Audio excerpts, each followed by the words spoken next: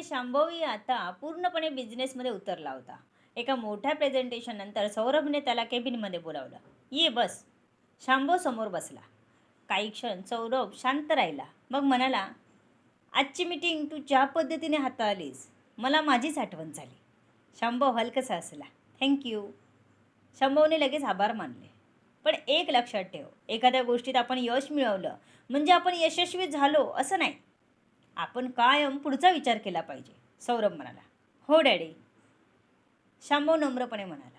आता या कंपनीच्या अर्ध्याहून जास्त जबाबदाऱ्या तुझ्यावर टाकायच्या विचारात आहे मी.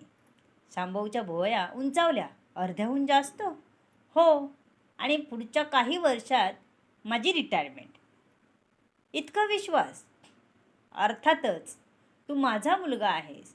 मी तुझ्या वयात असताना बिझनेस सुरू करून मोठा करू शकतो, तर तो तू नक्कीच वाढवशील, चांगला सांभाळशील, ह्याची खात्री आहे.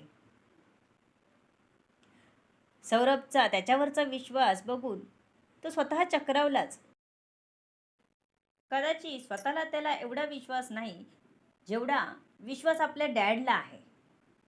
To be continue. शब्दवेदी.